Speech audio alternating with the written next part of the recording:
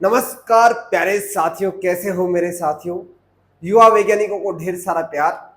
आप सभी अपनी जगह मस्त होंगे, तंदुरुस्त होंगे, हमेशा की तरह फिजिक्स पढ़ने के लिए उतने ही उत्सुक होंगे। आइए प्यारे साथियों, आपको एक नए टॉपिक की ओर ले चलता हूं। इतना शानदार टॉपिक है प्यारे दोस्त। आप सभी के जीवन में इस तरह की घटनाएं बहुत घटित होती रहती हैं। आइए उन घटनाओं के बारे में हम जानेंगे। उससे पहले उस टॉपिक के बारे में थोड़ा सा जानते हैं। टॉपिक का नाम है कंडक्टर इलेक्ट्रोस्टैटिक्स। यानी सबसे पहले हम जानना चाहेंगे कंडक्टर क्या होता है।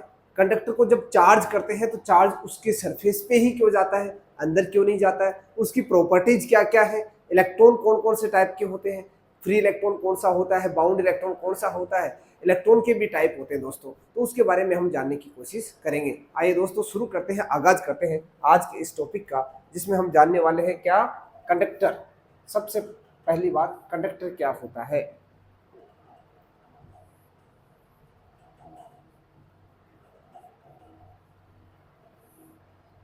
आपने सुना होगा मटेरियल्स बेस्ड ऑन कंडक्टिविटी तीन प्रकार के होते हैं। इनके टाइप्स कितने होते हैं, कंडक्टर, इंसुलेटर और हमारे एक तरह से कह सकते हो आप जो है सेमी कंडक्टर। अब जो कंडक्टर होता है, कंडक्टर क्या होता है, इसकी एक विशेषता होती है कि ये फ्री इलेक्ट्रॉन को क्या करता है, इसमें नंबर ऑफ फ्री इलेक्ट्रॉन्स बहुत ज़्यादा होते हैं और वो ऊर्जा को एक कॉर्नर से दूसरी एज की ओर वो इजीली ले जाते हैं। इनकी एक विशेषता होती है। तो कंडक्टर की सबसे बड़ी बात क्या होती है, यानी सपोज मैंने एक ऐसा कंडक्टर ले लिया और इसको मैंने चार्ज देने की कोशिश की। सपोज मैंने इसको नेगेटिव चार्ज, इस तरह से एक कोई मेरे पास रोड है और इस रोड को मैंने नेगेटिवली चार्ज कर रखा है और इसके पास में मैंने कंडक्टर को रख दिया। तो कंडक्टर क्या करेगा, कंडक्टर के अंदर बहुत सारे इलेक्ट्रॉन्स होंगे जो न्यूक्लियस से बाउंडेड होंगे और उसके बाहर भी क्या होंगे, बहुत सारे इलेक्ट्रॉन्स होंगे जो फ्री इलेक्ट्रॉन होंगे। तो वो फ्री इलेक्ट्रॉन क्या करेंगे, ये इलेक्ट्रॉन को क्या करेगा, रिपेल करेगा। तो इधर क्या आ जाएगा, सारे के सारे इलेक्ट्रॉन कलेक्ट हो जाएंगे और प्यारे दोस्तों इधर कौन आ जाएगा, प्लस प्लस आ जाएगा। तो ये फिनोमेना कौन सा कहलाता है, आपने पढ़ा होगा, चार्जिंग बाय इंडक्शन। ठीक है, यहाँ का जो चार्ज है इसको क्या कर दिया जाता है, ग्राउंड कर दिया जाता है और इसको एक इंसुलेटिंग स्टैंड पर रखा जाता है। ये क्या है, इंसुलेटिंग स्टैंड।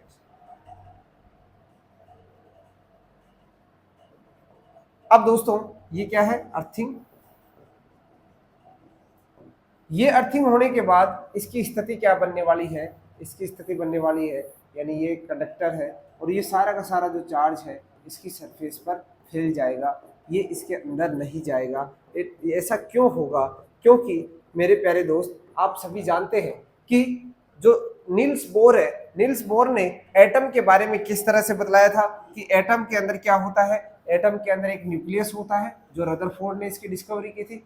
रदरफोर्ड के दो स्टूडेंट थे, गीगर और मार्सडन, उन्होंने बताया कि इसके अंदर कौन होते हैं, प्रोटॉन और न्यूट्रॉन। उन्होंने ये बताया कि ये पॉजिटिवली चार्ज होता है, उन्होंने ये नहीं बताया था प्रोटॉन न्यूट्रॉन होते हैं, उन्होंने ये बताया था पॉजिटिवली चार्ज होते हैं। पर बाद में थोड़े दिन बाद में 1932 उसमें चैडविक ने न्यूट्रॉन की डिस्कवरी कर ली और रदरफोर्ड ने प्रोटॉन की डिस्कवरी कर ली। तो यहाँ पर हमारे पास क्या आ गया कि ये पॉजिटिवली चार्ज है और इसके सराउंडिंग में कौन घूमता रहता है, इलेक्ट्रॉन रिवॉल्व करता रहता है। ठीक है, साथ ही साथ रोटेट भी करता है अपने एक्सिस पर।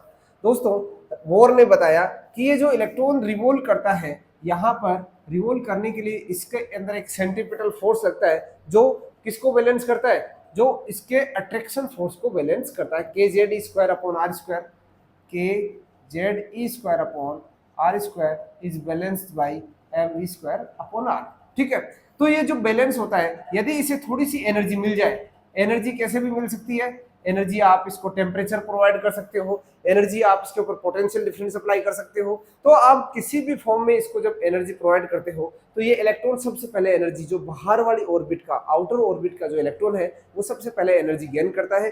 गेन करके वो अपने न्यूक्लियस से फ्री होना चाहता है। दोस्तों आपने केमिस्ट्री में पढ़ा होगा, बहुत सारे एटम्स एक रेगुलर अरेंजमेंट में बैठे रहते हैं और रेगुलर अरेंजमेंट में बैठे रहते हैं, ये एकदम सॉलिड्स के अंदर, विशेषकर मेटल्स के अंदर इतने पास पास होते हैं क्योंकि इनका क्या होता है, ये डक्टाइल नेचर के होते हैं, बहुत पास पास होते हैं। तो यहाँ इसका जो इलेक्ट्रॉन है वो यहाँ से मुक्त फ्री हो जाता है, इसका इलेक्ट्रॉन भी इससे फ्री हो जाता है, और ये बहुत सारे इलेक्ट्रॉन यहाँ पर हो जाते हैं, और बहुत सारे इलेक्ट्रॉन इस पूरे के पूरे लेटिस के अंदर, इसको हम क्या बोलते हैं, लेटिस बोलते हैं। और लेटिस के अंदर ये इलेक्ट्रॉन क्या रहते हैं, अपने न्यूक्लियस को भूल जाते हैं, यानी अपने न्यूक्लियस को छोड़ देते हैं, और इस न्यूक्लियस से छोड़कर ये बाहर चले जाते हैं, और बाहर जाकर ये तो इलेक्ट्रॉन नेगेटिव और ये कैसा बन गया, पॉजिटिव। तो हमने यहाँ पर देखा कि ये हमारा पॉजिटिवली चार्ज हो गया। अब इसके अंदर क्या होता है, इसके अंदर बहुत सारे इलेक्ट्रॉन्स होते हैं, और बहुत सारे इलेक्ट्रॉन्स क्या करते हैं, वो अपने पूरे पूरे लेटिस के अंदर ये फ्रीली घूमते रहते हैं। पर इनकी विशेषता है कि ये इलेक्ट्रॉन यहाँ से, जैसे इस कॉर्नर से इस कॉर्नर के बीच में यहाँ पर ही रहने वाले हैं, पूरे लेटिस के अंदर ही रहने वाले हैं, मेटल को नहीं छोड़कर जाने वाले हैं। कहने का मतलब है इलेक्ट्रॉन्स कितने टाइप के होंगे, ये अंदर वाला इलेक्ट्रॉन कहलाएगा बाउंड इलेक्ट्रॉन, ये वाला दोस्तों कहलाएगा बाउंड इलेक्ट्रॉन, और ये जो बाहर निकल चुका है, अपने न्यूक्लियस को छोड़ चुका है, न्यूक्लियस को भूल चुका है, तो इस इलेक्ट्रॉन को कहेंगे फ्री इलेक्ट्रॉन। तो एक बात तो आपको क्लियर होगी कि फ्री इलेक्ट्रॉन कौन से होते हैं, जो आउटर ऑर्बिट में होते हैं और उनको थोड़ी सी एनर्जी मिल जाती है, तो एनर्जी गेन होने के बाद वो अपने न्यूक्लियस को छोड़कर, यानी इस बॉन्ड को ब्रेक करके, और वो इस लेटिस के अंदर फ्रीली घूमते रहते हैं। और बाउंड कौन से होते हैं, जो अपने न्यूक्लियस से अभी भी बंधे होते हैं और न्यूक्लियस को नहीं छोड़कर जाते हैं, अपने पेरेंट न्यूक्लियाई के पास रहते हैं। तो ये तो रहे फ्री इलेक्ट्रॉन और बाउंड इलेक्ट्रॉन। जो हमारा कंडक्टर होता है, कंडक्टर के अंदर जो होते हैं, चार्ज जो होता है, वो चार्ज मोस्टली किसकी वजह से होता है, फ्री इलेक्ट्रॉन की वजह से होता है। फ्री इलेक्ट्रॉन यदि किसी को दे दिया तो वो पॉजिटिवली चार्ज, उसने इलेक्ट्रॉन्स को ले लिया तो वो नेगेटिवली चार्ज हो जाएगा। इस तरह से हम ये जानते हैं कि इलेक्ट्रॉन के शेयरिंग से क्या होता है, उसका चार्ज बदलता रहता है।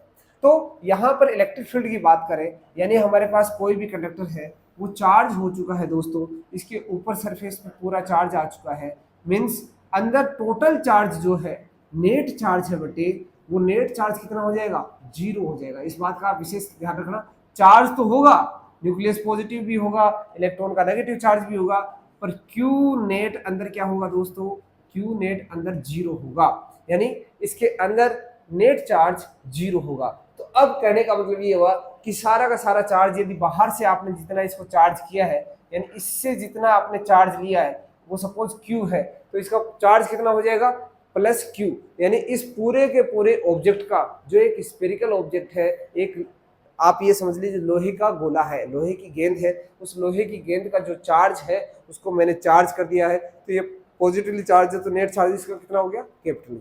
अब देखिए, इसकी सरफेस पर इलेक्ट्रिक फील्ड की डायरेक्शन जो होती है, हमेशा सरफेस के परपेंडिकुलर होती है दोस्तों। जैसे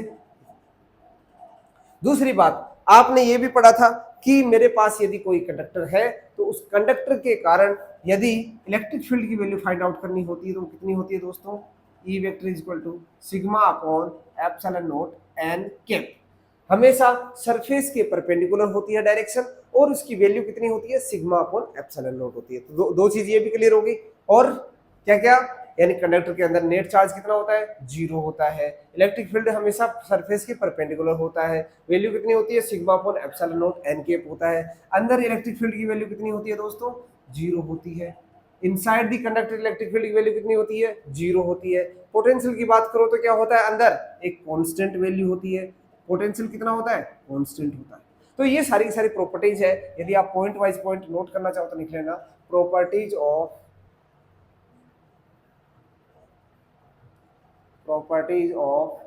a conductor. Properties of a conductor, सबसे बड़ी बात, net charge inside the conductor is always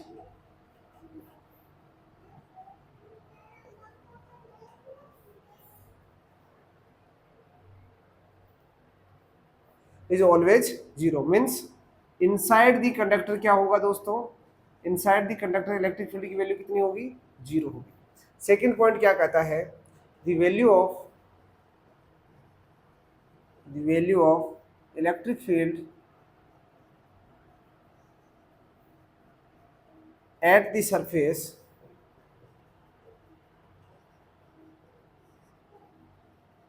is sigma upon epsilon naught, and its direction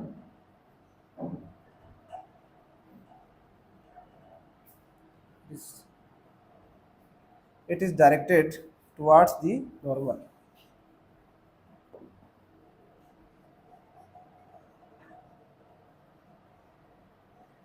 Towards the normal. Normal. Normal to the surface.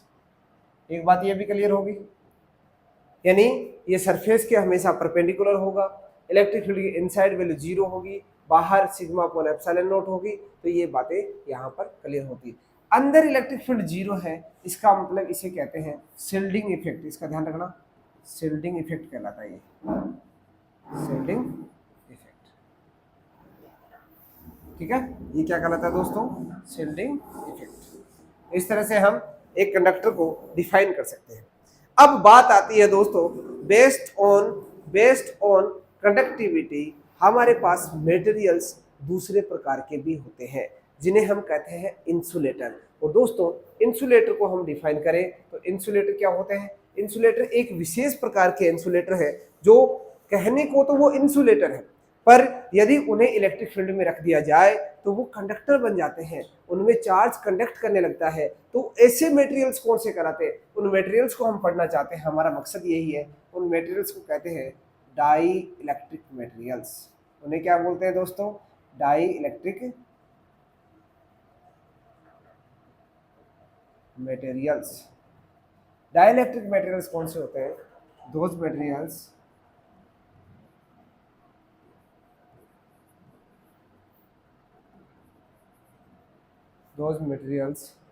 which are insulators in the absence of external electric field,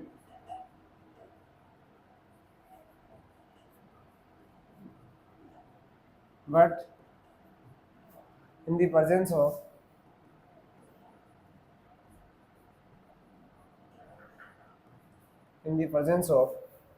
external electric field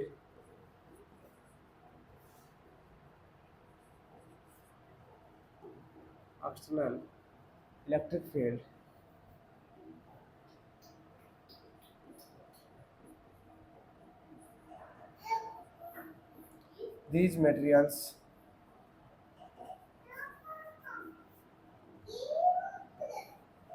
conduct. यानी ये materials क्या करते हैं, ये materials क्या करते हैं दोस्तों, यदि इन मटेरियल्स को हम एक्सटर्नल इलेक्ट्रिक फील्ड में रखते हैं तो ये क्या कहलाते हैं, इनमें से चार्ज कंडक्ट करने लगता है। ये जैसे इधर प्लस रख दिया, इधर माइनस रख दिया, यानी आप ऐसे कह सकते हो कि इधर मैंने एक शीट रख दी, एक शीट मैंने इधर रख दी, ये पॉजिटिवली चार्ज है और ये नेगेटिवली चार्ज है दोस्तों। तो पॉजिटिव चार्ज और नेगेटिव चार्ज प्लेट को हम पैरेलली रख देते हैं और उनके बीच में ये मटेरियल रख दिया। ये मटेरियल कैसा है, डाई इलेक्ट्रिक। तो ये डाइलेक्ट्रिक मटेरियल क्या होता है, इसके अंदर से चार्ज फ्लो होने लगता है, यानी इलेक्ट्रिसिटी कंडक्ट होने लगते हैं। ऐसे मटेरियल्स को क्या कहते हैं, डाइलेक्ट्रिक मटेरियल्स। आइए दोस्तों डाइलेक्ट्रिक मटेरियल्स के बारे में भी हम जानने की कोशिश करते हैं, कौन से होते हैं मटेरियल्स।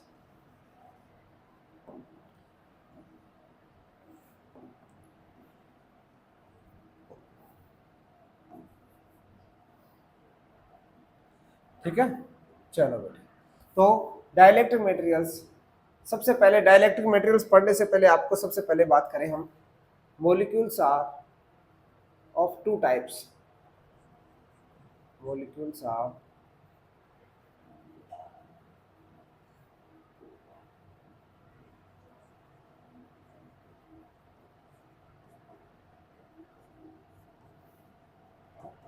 कौन कौन से? एक होता है polar molecule,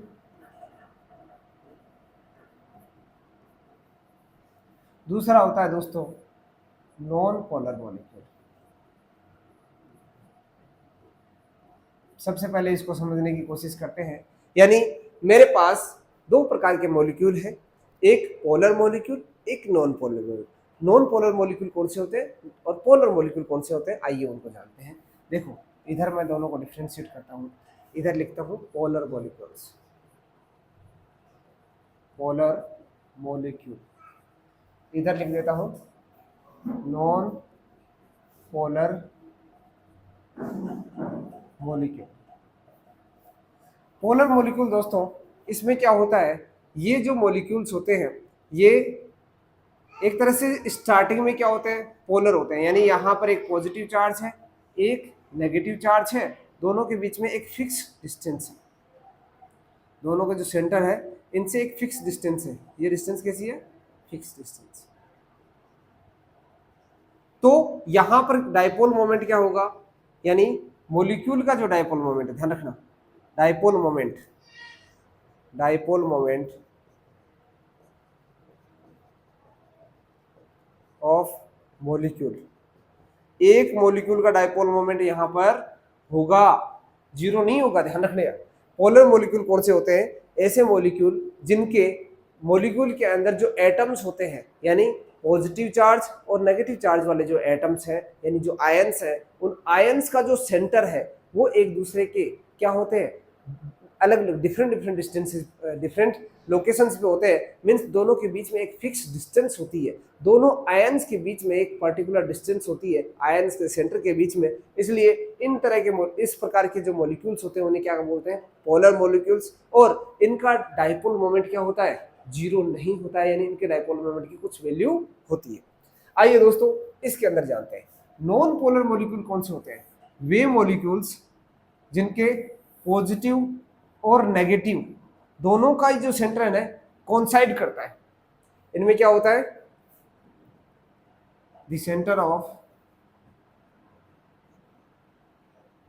centres of positive and negative ion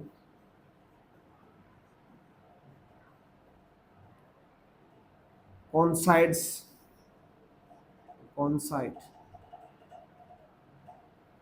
to each other। यानी दोनों के जो सेंटर है वो एक दूसरे से क्या करते हैं, कोइंसाइड करते हैं, यानी दोनों के सेंटर एक ही जगह पर है। और एक ही जगह पर है तो डाइपोल मोमेंट कितना हो जाएगा, डाइपोल मोमेंट जीरो हो जाएगा।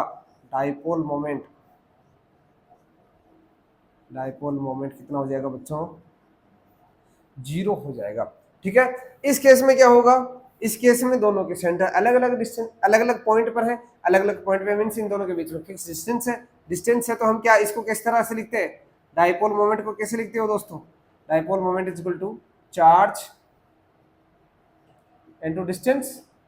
डिस्टेंस भी है और चार्ज भी है, चार्ज तो है इक्वल अमाउंट में है, इक्वल अमाउंट में चार्ज है, तो चार्ज का जो मैग्नीट्यूड है वो रख देंगे और दोनों के बीच की डिस्टेंस है उससे मल्टीप्लाई कर देंगे तो डाइपोल मोमेंट आ जाएगा। और डाइपोल मोमेंट बेसिकली क्या बताता है अपने को, डाइपोल मोमेंट कोई भी जो मॉलिक्यूल होता है यानी डाइपोल होता है, डाइपोल जिसमें टू पोल्स होते हैं, एक पॉजिटिव एक नेगेटिव, दोनों के बीच में फिक्स डिस्टेंस होती है, तो ऐसे सिस्टम को हम डाइपोल बोलते हैं। और डाइपोल का डाइपोल मोमेंट क्या होता है, सबसे बड़ी बात उसका फिजिकल सिग्निफिकेंस क्या है, यानी वो स्ट्रेंथ बताता है कि वो जो डाइपोल है उसकी स्ट्रेंथ कितनी है, उस स्ट्रेंथ को स्पेसिफाई करता है कि इस डाइपोल की स्ट्रेंथ इतनी है। ठीक है, यानी ये इसका मोमेंट ज़्यादा है, इसका मोमेंट कम है, उसकी स्ट्रेंथ ज़्यादा है, उसकी स्ट्रेंथ कम है, डिस्टेंस ज़्यादा होगी स्ट्रेंथ ज़्यादा हो जाएगी, चार्ज ज़्यादा होगा स्ट्रेंथ ज़्यादा हो जाएगी। तो ये डाइपोल मोमेंट के बारे में हम पहले से भी पढ़ते हैं। तो यहाँ पर एग्जाम्पल यदि जानना चाहें, यानी इसकी डेफिनेशन भी क्या लिखोगे, इसकी डेफिनेशन लिखोगे the centre of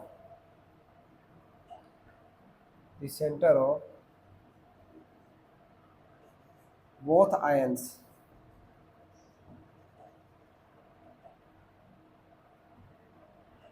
are is separated centers of are separated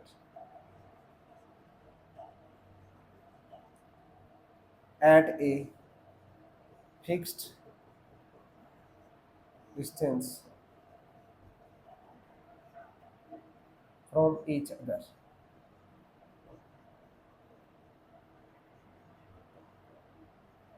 एक दूसरे से जो सेंटर होते हैं दोनों एक दूसरे से एक फिक्स डिस्टेंस पे क्या होते हैं, सेपरेट होते हैं। सेपरेट होते हैं तो इनका क्या होता है, एक डायपोल मोमेंट होता है। डायपोल मोमेंट होता है तो इनका एक स्ट्रेंथ हम कह सकते हैं। यहाँ पर डायपोल मोमेंट नहीं होता है, डायपोल मोमेंट जीरो होता है। तो आपको क्या बात समझ में आई, यानी दो तरह के मॉलिक्यूल, एक पोलर मॉलिक्यूल जिनका डायपोल मोमेंट होता है, एक नॉन पोलर मॉलिक्यूल जिनका डायपोल मोमेंट नहीं होता है। उनके जो आयंस के जो सेंटर है वो कोइंसाइड करते हैं, पोलर मॉलिक्यूल में कोइंसाइड नहीं करते हैं, उनका डायपोल मोमेंट होता है, मींस दोनों से एक फिक्स डिस्टेंस पर सेंटर्ड होते हैं।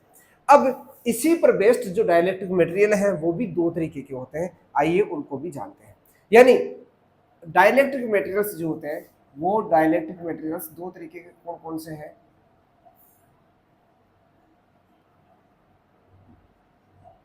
डाइलेक्ट्रिक मटेरियल की डेफिनेशन क्या पड़ी, मटेरियल्स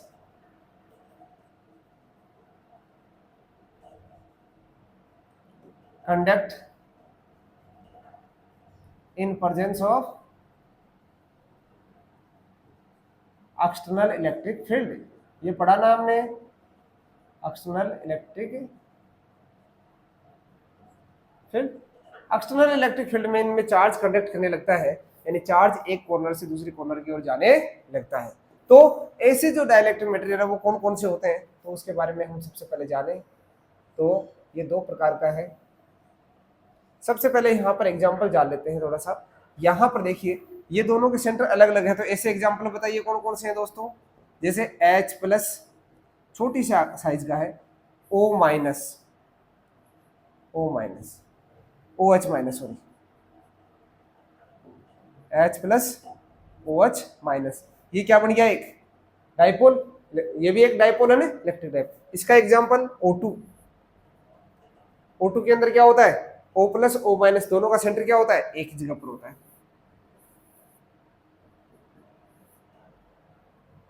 दोनों का सेंटर क्या होता है, एक ही जगह होता है, तो इसका डायपोल मोमेंट कितना होता है, जीरो होता है। ठीक है। अब जैसे जो पोलर मॉलिक्यूल से बने हैं, जो मटेरियल्स पोलर मॉलिक्यूल से बने हैं, देखो मटेरियल्स किन से बनते हैं, पहली बात ये करो, सबसे छोटे से छोटी एंटिटी क्या होती है, पार्टिकल्स। पार्टिकल से मिलकर क्या बना, एटम। एटम से मिलकर क्या बना, मॉलिक्यूल। और मॉलिक्यूल से मिलकर क्या बना, हमारा कोई ना कोई मटेरियल बना। तो जो मटेरियल है यानी डाइलेक्ट्रिक मटेरियल है, ऐसे मटेरियल्स जो पोलर मॉलिक्यूल से मिलते हैं तो उन्हें बोलते हैं पोलर डाइलेक्ट्रिक मटेरियल्स। उन्हें क्या बोलते हैं दोस्तों, पोलर डाइलेक्ट्रिक मटेरियल्स। और जो नॉन पोलर मॉलिक्यूल से बनते हैं उन्हें non polar dielectric materials.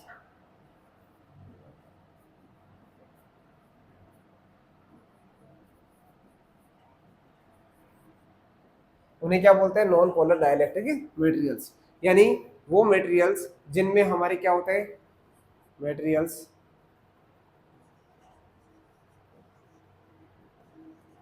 Are formed from the repetition of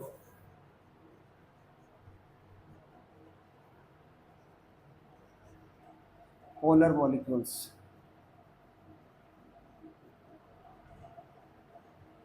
are known as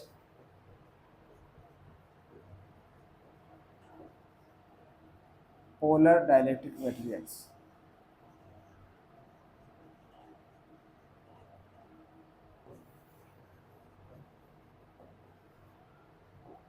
ऐसे ही नॉन पोलर की बात करें, materials are formed by non-polar molecules are known as non polar dielectric materials.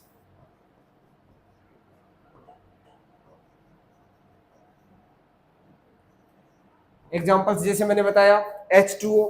अब H2O एक सिंगल मॉलिक्यूल तो होता नहीं है, क्योंकि आपको पानी पीना है, तो पानी आप में एक, जैसे आपने आपके पास एक बोतल है, तो उस बोतल से आपको आधा लीटर पानी पीना है, तो आधा लीटर पानी पीना, तो उस कितने मॉलिक्यूल होंगे आप जान लीजिएगा। यदि हमारे पास 1 मॉलिक्यूल है तो वन मोल यदि अमाउंट है, तो 1 मोल अमाउंट में यानी 18 ग्राम, यदि 18 ग्राम यानी 18 ml यदि वाटर आप लेते हो, कंज्यूम करते हो, तो मेरे प्यारे दोस्त उसमें 6.022 इंटू 10⁻22 मॉलिक्यूल्स होते हैं। तो यानी बहुत बड़ा अमाउंट होता है 1 लीटर की बात करें तो कहने का मतलब इतने लार्ज अमाउंट में हमारे पास मॉलिक्यूल्स होते हैं, तो उनसे एक मटेरियल बन गया। वो जो मटेरियल है वो क्या कहलाएगा? Polar dielectric materials. और यहां पर जैसे ऑक्सीजन, अब आप इनहेल करते हैं, एयर इनहेल करते हैं, तो एयर में हमारे पास ऑक्सीजन भी जाती है, उसका जो परसेंटेज है वो 21% के आसपास हम बोलते हैं। तो वो 21% अमाउंट में आपके पास जिसका वॉल्यूम जाता है, उसके अंदर क्या है? ऑक्सीजन का एक सिंगल मॉलिक्यूल है क्या? सिंगल नहीं है, बहुत लार्ज, बहुत बड़ा अमाउंट है। यानी आप उसका वॉल्यूम फाइंड आउट करोगे, और उस यदि 1 मोल अमाउंट यदि हम फाइंड आउट करना चाहते हैं, तो 22.4 लीटर से हम क्या कर देंगे, उसको डिवाइड कर देंगे। जैसे 1 लीटर वॉल्यूम है तो उसके अंदर कितना मोल है वो फाइंड आउट कर सकते हैं, केमिस्ट्री में करते भी हैं आप, है ना। तो कहने का मतलब है वहां पर लार्ज नंबर ऑफ हमारे पास मॉलिक्यूल्स आएंगे ऑक्सीजन के, तो लार्ज नंबर ऑफ मॉलिक्यूल से एक मटेरियल बनता है, और वो मटेरियल हमारे सराउंडिंग में घूमता रहता है, तो उसको हम क्या बोल देंगे भाई, ऑक्सीजन इतना है। समझ गए बात? यानी इस तरह से हम कह सकते हैं कि ये मटेरियल्स कौन से होते हैं, ये नॉन पोलर डाइलेक्ट्रिक मटेरियल्स होते हैं, और ये क्या हो जाएंगे, पोलर डाइलेक्ट्रिक मटेरियल्स। अब देखिए, आपके दिमाग में एक क्वेश्चन आ रहा होगा कि सर हमने ये तो सुना है कि H2O यानी पानी के अंदर, कूलर के अंदर, जैसे कूलर में पानी भरा आपने, तो कूलर का करंट इतना खतरनाक माना जाता है दोस्तों। क्यों माना जाता है? क्योंकि वहां पर लोड बहुत ज्यादा है। एक पहली बात तो ये इंसुलेटर मटेरियल है, और इंसुलेटर मटेरियल को, और वो भी डाइलेक्ट्रिक मटेरियल है, डाइलेक्ट्रिक मटेरियल को चार्ज करने के लिए आपको हाई वोल्टेज चाहिए, हाई पोटेंशियल डिफरेंस चाहिए। तो पोटेंशियल डिफरेंस ज्यादा लगाओगे, कहने का मतलब वो ज्यादा एनर्जी कंज्यूम करेगा। और यदि गलती से वो तार पानी के अंदर गिर गया, यानी वहां शॉर्ट सर्किट हो गया, तो दोस्तों वो वाटर क्या होगा, वो अपने अंदर चार्ज को कंडक्ट करना शुरू कर देगा, और वो बहुत ज्यादा अमाउंट में एनर्जी कंज्यूम करना स्टार्ट कर देगा। और गलती से आपने हाथ लगा दिया, तो आपके बॉडी के अंदर भी क्या है, वाटर मॉलिक्यूल्स है, वो भी क्या करने लग जाएंगे, अपने अंदर से चार्ज को फ्लो करने लग जाएंगे। वो भी क्या हो जाएगा, पोलराइज हो जाएगा, और पोलराइज हो जाएगा तो अपने बॉडी के थ्रू भी क्या होंगे, चार्ज फ्लो होने लग जाएगा, और अपने अंदर से जो टिश्यूज हैं, सेल्स हैं, उनको डैमेज करना स्टार्ट कर देंगे। तो कहने का मतलब करंट किस में दौड़ता है, पानी में दौड़ता है। तो क्या आपके दिमाग में ये प्रश्न नहीं आ रहा, ये क्वेश्चन भी तो आना चाहिए कि सर हवा में भी करंट दौड़ता है क्या? क्या ऑक्सीजन, आपने कहा कि ये भी एक डाइलेक्ट्रिक मटेरियल है, तो ये भी चार्ज होने पर इससे भी करंट दौड़नी चाहिए। बिल्कुल दौड़ता है बच्चों। ऐसा कब होता है आप खुद बताइए, आपकी आंखों के सामने ऐसा घटना भी घटित होती है। ऐसी घटना कब घटित होता है बताइए? जब लाइटनिंग होती है, जब बादलों के ऊपर बहुत ज्यादा अमाउंट में चार्ज होता है, वो चार्ज जब अर्थ के कांटेक्ट में आता है, तो अर्थ और उस क्लाउड के बीच एक एयर का बहुत बड़ा एक चैनल है, जिस मतलब बहुत बड़ा क्या है, एयर का एक वॉल्यूम है। उस वॉल्यूम में एक पर्टिकुलर एक चैनल बन जाता है। उस चैनल में क्या होती है, वो एयर आयोनाइज हो जाती है। यानी एयर में क्या है, N2O2, ये सारे क्या है, पोलर नॉन पोलर मॉलिक्यूल्स है। और ये नॉन पोलर मॉलिक्यूल्स का क्या होता है, सेंटर कौन साइड होता है, तो इनका डायपोल मोमेंट तो जीरो होता है, but in the presence of electric field इनका डायपोल मोमेंट आ जाता है, जिसके कारण ये चार्ज हो जाते हैं, और ये चार्ज को क्या करते हैं, अपने थ्रू कंडक्ट कराते हैं। तो हवा भी क्या हो जाती है, एयर भी क्या हो जाती है दोस्तों, आयोनाइज हो जाती है। यानी वहां पर भी क्या हो, एक इलेक्ट्रिकल चैनल बन जाता है। आपको ऐसा लगता है जैसे वहां पर करंट दौड़ती भी आपको दिखती है ना, वो लाइटनिंग के माध्यम से। यानी चार्ज प्लस माइनस जब होता है, तो वो एक वहां पर एक इलेक्ट्रिकल जो लाइट की स्पार्क निकलती है, आप एक तरह से ये समझ लीजिए, वो लाइट आपको दिखाई देती है ना। तो और वहां पर वो जो चार्ज है, वो चार्ज एक दूसरे से कंबाइन होते हैं, तो थंडर स्टॉर्म, यानी वहां के आसपास की जो एयर है वो एक्सपेंड होती है ना, क्योंकि वहां का टेम्परेचर बहुत ज्यादा होता है, और वो जो एयर एक्सपेंड होती है, तो दोस्तों हमको बहुत तेज आवाज भी सुनाई देती है, आपने सुना भी होगा। तो कहने का मतलब एयर भी क्या होगी, वहां पर आयोनाइज होगी, यानी ये मॉलिक्यूल्स भी क्या हो जाते हैं, आयोनाइज हो जाते हैं, ये भी आयोनाइज हो जाते हैं। आइए दोस्तों जानने की कोशिश करते हैं, जबकि इसका और इसका दोनों का पहले हम डायपोल मोमेंट फाइंड आउट करने की कोशिश करते हैं। दोनों को कंपेरेटिवली मैं यहाँ पर बनाता हूँ। देखिए इसके अंदर एक एक मॉलिक्यूल की बात करो, कौन सा मॉलिक्यूल है, पोलर मॉलिक्यूल। पोलर मॉलिक्यूल को मैं जैसे बनाना चाहूँ, जैसे ये मेरे पास प्लस, ये माइनस, ये प्लस, ये माइनस,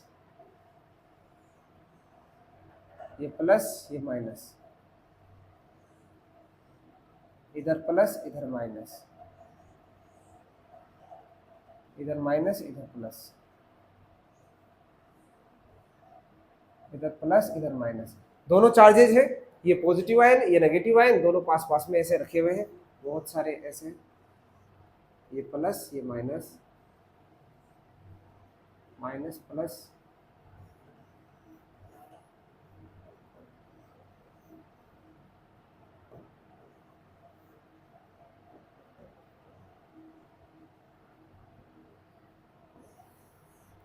शायद सबकी सेम है बेटा, बनाने में थोड़ा सा हो सकता है मिस्टेक हो सकती है, पर ये एक मटेरियल है, इस तरह से हमारे पास एक मटेरियल है, ये कह सकते हैं, ठीक है, जिसमें सबकी साइज सेम मिलेगी।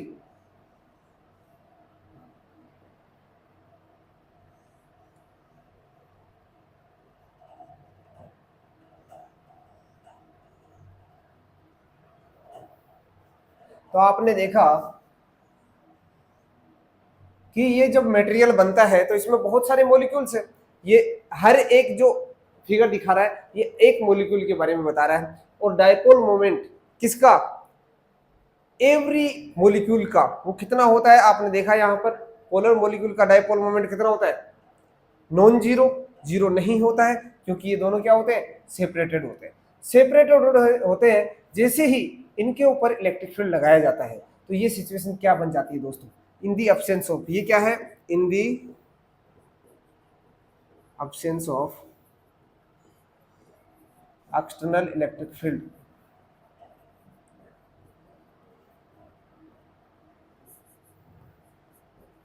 मीन्स ई क्या है, जीरो, यहां पर कोई भी इलेक्ट्रिक फील्ड नहीं लगा है, और नहीं लगा तो मेरे दोस्त ये बताइए अब डायपोल मोमेंट कितना हो जाएगा, यहां पर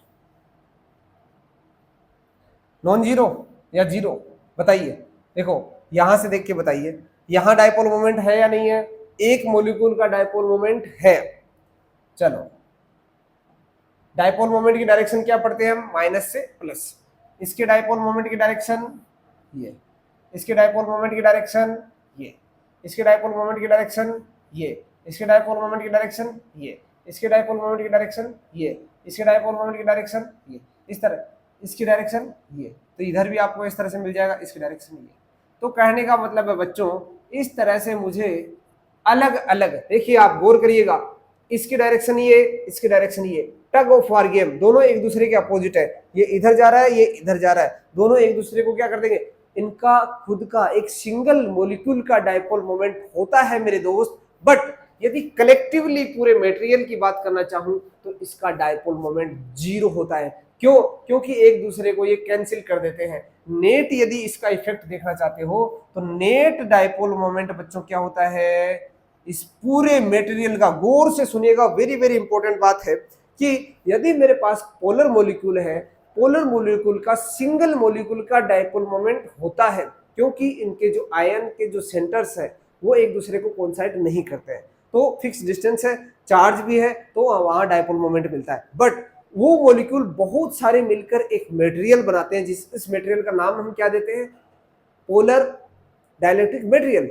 और पोलर डाइलेक्ट्रिक मटेरियल यदि उसके पूरे मटेरियल की कलेक्टिवली डायपोल मोमेंट की बात करें तो उसका डायपोल मोमेंट जीरो होता है। क्यों, क्योंकि इसकी जो डायरेक्शंस होती है एक दूसरे को कैंसिल कर देती है, नेट इफेक्ट जो है वो जीरो होता है। बात समझ में आई, यानी नेट डायपोल मोमेंट कितना होता है बच्चों, नॉन पोलर मॉलिक्यूल जो है, पोलर मॉलिक्यूल से जो डाइलेक्ट्रिक मटेरियल बना है उसका मॉलिक्यूल का नॉन जीरो, मॉलिक्यूल का जीरो नहीं होता है, पर मॉलिक्यूल से बने मटेरियल का जीरो होता है। समझ गए बात को, इसको इलेक्ट्रिक फील्ड में रख दिया, यानी इलेक्ट्रिक फील्ड में रख दिया, इधर मैंने क्या ले लिया, प्लस प्लस प्लस, एक शीट ले ली, इस तरह से मानिए आप शीट, एक पेपर रख दिया इधर और एक पेपर इधर रख दिया, इसके ऊपर नेगेटिव चार्ज है और इसके ऊपर पॉजिटिव चार्ज है, मेटल शीट रख दिया, सीधी सी बात।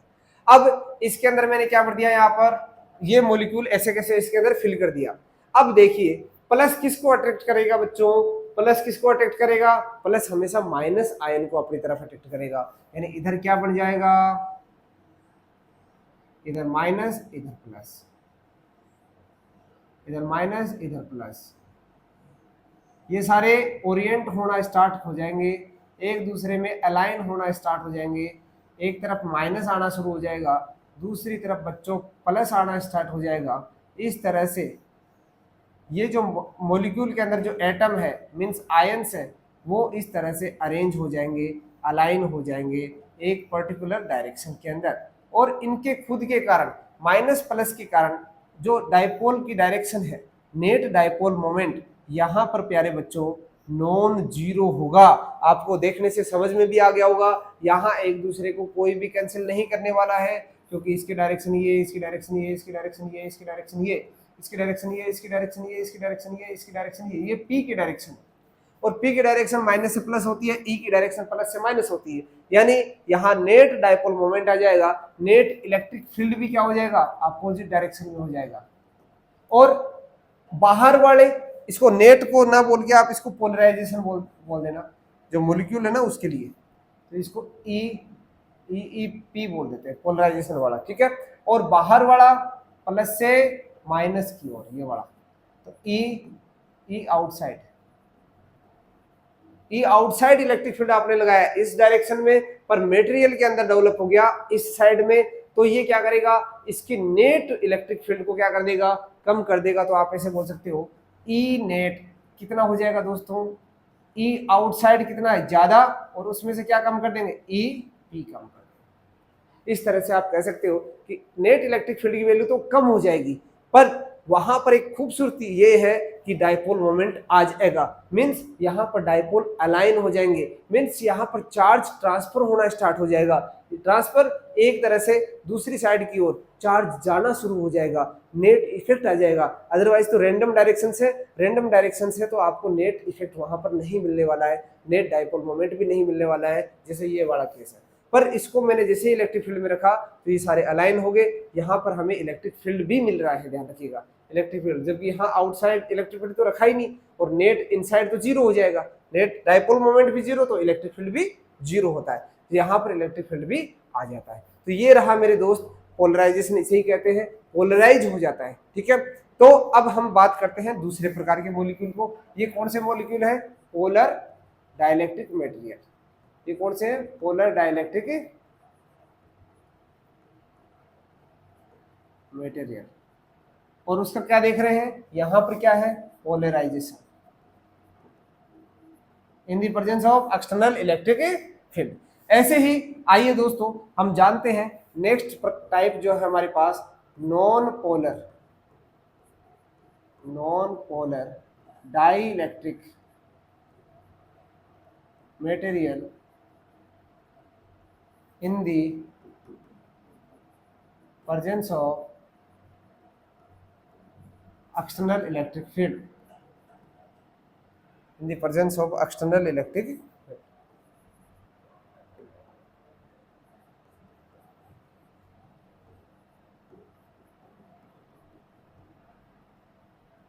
Electric field, external electric field में यदि हम मटेरियल्स को रखें, कौन से मटेरियल्स को, नॉन पोलर डाइलेक्ट्रिक मटेरियल को। पहले तो non polar dielectric material without electric field की बात करें, यानी external electric field zero, absence of electric field, इसे ऐसे भी बोल सकते हैं, अब्सेंस ऑफ इलेक्ट्रिक फील्ड। अब इसकी पहली बात तो ये कि ये सिंगल मॉलिक्यूल का डाइपोल मोमेंट जीरो है, तो कलेक्टिवली बात करें तो सारे के सारे क्या होते हैं, प्लस माइनस बैठे रहते हैं, ऐसे बैठे रहते हैं, और इनका डाइपोल मोमेंट क्या होता है, प्रत्येक का जीरो होता है, और सबका एक साथ बात करें तो जीरो होना ही होना है, उसमें तो कोई दो राय नहीं है। पर जैसे ही हम यहाँ पर इस मटेरियल को हम कैसे, एक मेटल की शीट्स को चार्ज करके उनके बीच में रख देते हैं, तब इस मटेरियल की क्या स्थिति बनती है, आइए बच्चों उसको हम समझने की कोशिश करते हैं।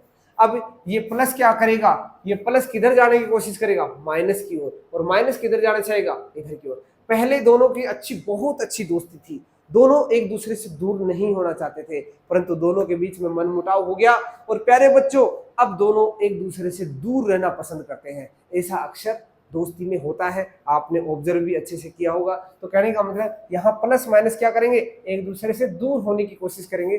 कब, जब बाहर से कोई तीसरा बंदा आ जाता है जो उनको भड़काने की कोशिश करता है। तीसरा बंदा यहाँ कौन है, एक्सटर्नल इलेक्ट्रिक फील्ड। तो यहाँ पर ई क्या है, एक्सटर्नल। एक्सटर्नल इलेक्ट्रिक फील्ड लगाया, एक्सटर्नल इलेक्ट्रिक फील्ड लगाते ही क्या हो गया, माइनस इधर आने लग गया, प्लस इधर आने लग गया, माइनस इधर आने लग गया, प्लस इधर आने लग गया। माइनस प्लस क्या हो गए, एक दूसरे से दूर दूर हो गए। पहले दोनों के बीच में गहरी दोस्ती थी, अब दोनों एक दूसरे से खपा हो गए, एक दूसरे से दुश्मनी बनाने लग गए। दोनों के बीच में क्या हो गया, दूरी आ गई। प्यारे दोस्तों, दूरी आने से हमारा तो हुआ फायदा, पर इनका खुद का क्या हो गया, नुकसान हो गया।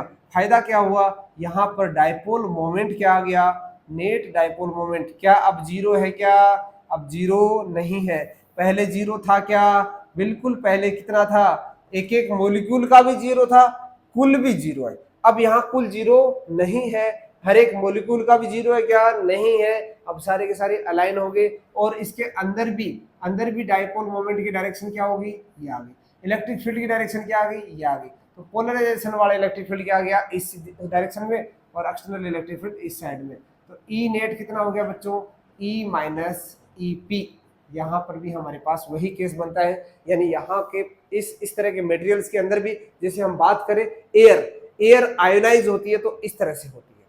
और हमने देखा ये जो H2O है, पानी जो है, कूलर के अंदर जो पानी है, वो पानी अपने थ्रू करंट फ्लो करता है, वो इस प्रकार फ्लो करता है। इस तरह से वाटर के molecule H plus OH minus एक डायरेक्शन में आ जाते हैं और अलाइन हो जाते हैं, और करंट इस अपने अंदर से फ्लो करने लगते हैं। ये ऑक्सीजन का मॉलिक्यूल है, पहले ऐसा था, दोनों एकदम दूसरे से इतनी गहरी दोस्ती थी, H प्लस OH माइनस को एक दूसरे से समेटे हुए था, पर जैसे ही इलेक्ट्रिक फील्ड में रखा, दोनों एक दूसरे से खपा हो गए, दूर दूर हो गए, अपने अंदर से चार्ज को फ्लो करने लग गए। तो ये तो था मेरे प्यारे बच्चों, ये तो था पोलर मॉलिक्यूल और नॉन पोलर मॉलिक्यूल पर आधारित डाइलेक्ट्रिक मटेरियल। डाइलेक्ट्रिक मटेरियल के बारे में हमने कंप्लीट इन्फॉर्मेशन बता, कंप्लीट इन्फॉर्मेशन हमारे पास आ गई। अब मैं जानना चाहता हूं कि ये कितना चार्ज हुआ, यानी अपने अंदर से कितना चार्ज फ्लो करेगा, यानी इसकी स्ट्रेंथ कितनी आई, यानी नेट डायपोल मोमेंट जो आया है हमारे पास, इससे हमें कितना वैल्यू मिलने वाली है, यानी ये मटेरियल अपने थ्रू कितना चार्ज फ्लो करने वाला है। तो एक क्वांटिटी आती है और उसे नाम देते हैं प्यारे दोस्तों पोलराइजेशन। एक क्वांटिटी आती है जिसे बोलते हैं पोलराइजेशन। पोलराइजेशन क्या होता है, इसकी डेफिनेशन क्या होती है। पहली बात तो पोलराइजेशन को कैपिटल P वेक्टर से लिखा जाता है, एक ये वेक्टर क्वांटिटी होती है, और डायपोल मोमेंट को स्मॉल p से लिखा जाता है, दोनों में ये डिफरेंस होता है। और ये देखो इसको डिफाइन कैसे करोगे, दी नेट, एग्जाम में ये डेफिनेशन पूछी जाएगी, the net dipole moment, the net dipole moment per unit volume, per unit volume is known as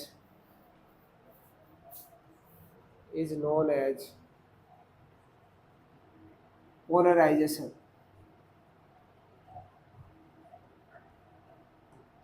ठीक है, it is a vector quantity. और डायपोल पोलराइजेशन को किस तरह से लिखेंगे, P vector is equal to P net upon volume, ये इसका फॉर्मूला हो गया। इसकी यूनिट क्या हो जाएगी दोस्तों, P नेट, डायपोल मोमेंट का यूनिट क्या होता है, कूलाम इंटू मीटर, और वॉल्यूम का होता है मीटर क्यूब, यानी कूलाम पर metre square.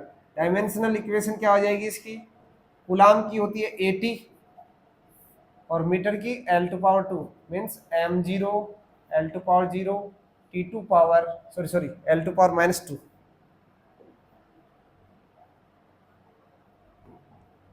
L to power -2 T to power +1 और A टू पावर 1, इस तरह से m0 L -2 T1 A1, ये इसकी डायमेंशनल इक्वेशन होगी, ये इसकी यूनिट होगी। ठीक है दोस्तों, इस तरह से हम एक जो डाइलेक्ट्रिक मटेरियल है उसको हम डिफाइन कर सकते हैं, जिसमें हम polar molecule, non polar molecule, इनको सबको डिफाइन कर सकते हैं। अब इसके बाद हम एक बहुत ही शानदार टॉपिक पढ़ने वाले हैं, उसका नाम है कैपेसिटर। कैपेसिटर बच्चों क्या होता है, आइए उसके बारे में थोड़ा सा जानने की कोशिश करते हैं। कैपेसिटर क्या है? कैपेसिटर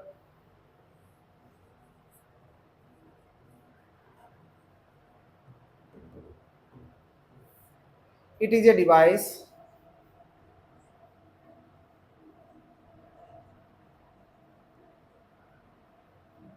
which which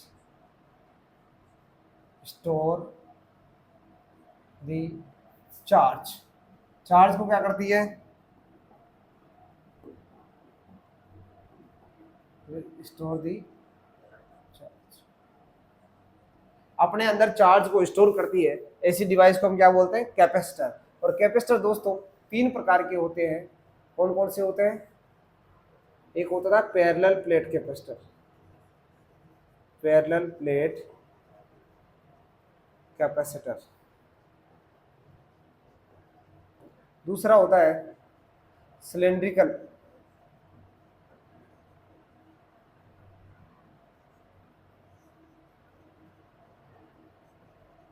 एक होता है spherical.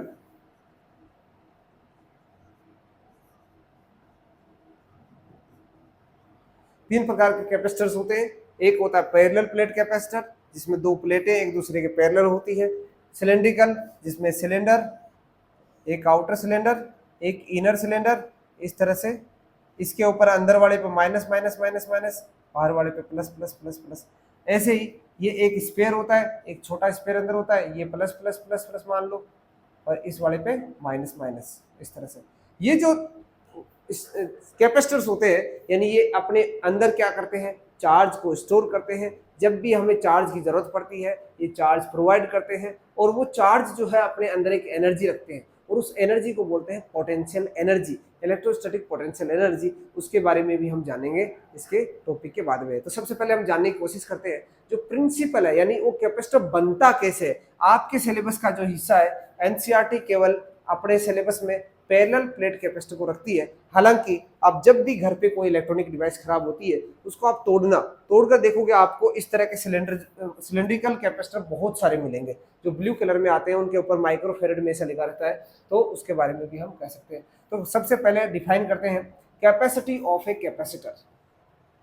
Capacity of a capacitor.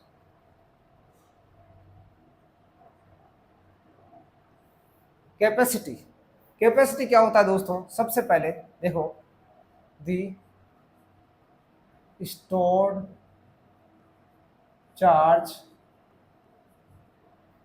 in a capacitor is directly proportional to the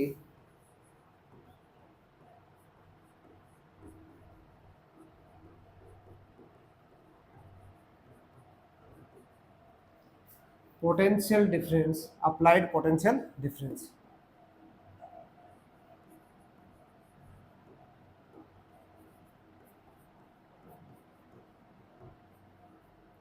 potential difference यानी जो जो चार्ज स्टोर होता है, वो चार्ज किसके डायरेक्टली प्रोपोर्शनल होता है दोस्तों? पोटेंशियल डिफरेंस के प्रोपोर्शनल होता है। यानी हम चार्ज स्टोर करने के लिए क्या लगाएंगे? पोटेंशियल डिफरेंस लगाएंगे, और पोटेंशियल डिफरेंस जैसे जैसे बढ़ता जाएगा चार्ज बढ़ता जाएगा। ये प्रोपोर्शनल कांस्टेंट हटता है दोस्तों, यहाँ पर आता है कांस्टेंट, और इस कांस्टेंट को ही क्या बोलते हैं?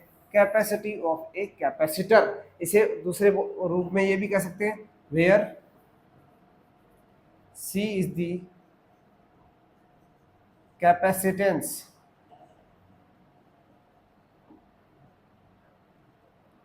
of a capacitor.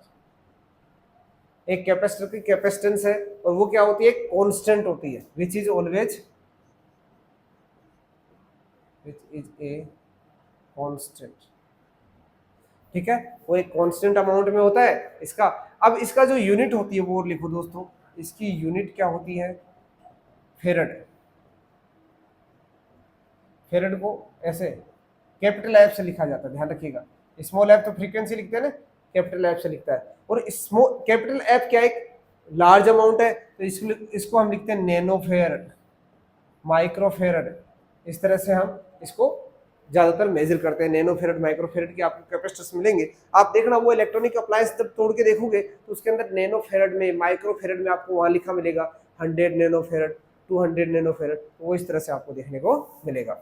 अब इसकी यदि हम कैपेसिटेंस की यूनिट बात करें तो यूनिट तो हमारे पास आ गई। डायमेंशनल इक्वेशन की बात करें तो डायमेंशनल चार्ज की क्या होगी, चार्ज की 80, और पोटेंशियल डिफरेंस की क्या हो जाएगी दोस्तों। अब पोटेंशियल की V इक्वल टू क्या होता है, W अपॉन Q। ठीक है, तो आप V equal to W upon Q, तो W equal to V equal to W यानी M1 L2 T minus 2, Q यहाँ ऊपर चला जाएगा तो AT स्क्वायर हो जाएगा। तो इसको लिख दो आप, क्या बन जाएगा, M2 power -1 L2 power -2 T2 power -2 ऊपर चला जाएगा 4 A2 पावर 2। ये इसकी क्या हो जाएगी, डायमेंशनल इक्वेशन हो जाएगी। इसको भी हम फाइंड आउट कर सकते हैं। अब दोस्तों हम जानना चाहते हैं जो कैपेसिटर है वो बनता कैसे, तो प्रिंसिपल ऑफ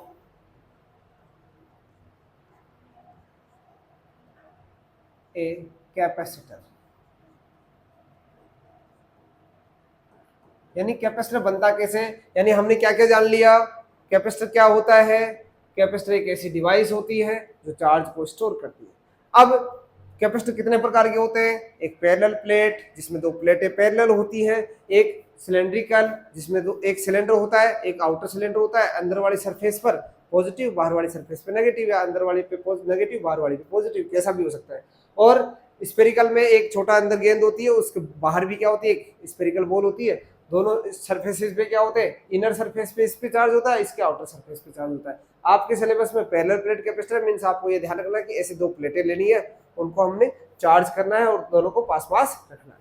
अब इसकी कैपेसिटी कितनी है, यानी कि कितना चार्ज होल्ड कर पाएगा, तो उसके लिए हमें क्या पता है कि ये चार्ज जो होता है वो हमेशा पोटेंशियल डिफरेंस के क्या होता है, प्रोपोर्शनल होता है। प्रोपोर्शनल सिंबल यहाँ से हटता है तो यहाँ एक कांस्टेंट आ जाता है, और वो कांस्टेंट क्या कहलाता है, कैपेसिटी ऑफ ए कैपेसिटर। इसको हम दूसरे नाम से ये भी बोलते हैं कैपेसिटेंस। कैपेसिटेंस किसी कैपेसिटर का क्या होगा, इसको किस में मेजर किया जाएगा, फेरड में मेजर किया जाएगा।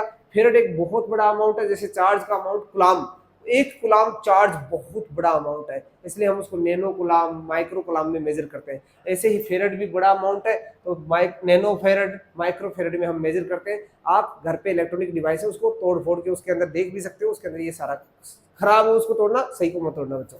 तो इसकी डायमेंशनल इक्वेशन ये कैसे आ गई, ये आपको मालूम ही है। ये क्या होता है, C equal to Q upon V, Q का 80, और V का क्या होता है, W upon Q, W upon Q, Q ऊपर चला जाएगा 80 का स्क्वायर, और नीचे आ जाएगा W का क्या होता है M1 L2 T माइनस 2। अब दोस्तों हम जो पैरेलल प्लेट कैपेसिटर है वो बनता कैसे, उसका प्रिंसिपल क्या है, तो आप सभी को मालूम है। हम क्या करते हैं, स्टार्टिंग में एक प्लेट लेते हैं, और इस प्लेट के पास में बच्चों, इस प्लेट के पास में एक, जैसे मैं एक रोड लेकर आ गया जो पॉजिटिवली चार्ज है, ठीक है। अब पॉजिटिवली चार्ज रोड को लेकर आया तो इसके इस साइड में कैसा चार्ज आ गया, नेगेटिव, क्योंकि इसने क्या किया, नेगेटिव इलेक्ट्रॉन, नेगेटिव चार्ज यानी इलेक्ट्रॉन्स को अपनी तरफ क्या कर लिया दोस्तों, अट्रैक्ट कर लिया। यानी इलेक्ट्रॉन इस सरफेस की तरफ आ गए, तो इसके पीछे वाली सरफेस पे क्या हुआ, पीछे वाली सरफेस पे पॉजिटिव पॉजिटिव, यानी इलेक्ट्रॉन की क्या होगी, कमी होगी। यहाँ पर इलेक्ट्रॉन कम हो गए तो ये पॉजिटिव हो गया, इधर वाली सरफेस नेगेटिव हो गया। ये तो होगी स्टेप फर्स्ट। अब स्टेप सेकंड में मैं क्या करने वाला हूँ, स्टेप सेकंड में दोस्तों इसके इधर वाले चार्ज को क्या करने वाला हूँ, मैं ग्राउंड करने वाला हूँ। तो जैसे मेरे पास ये शीट थी, इधर चार्ज कितना था, पॉजिटिव, सॉरी इधर नेगेटिव नेगेटिव,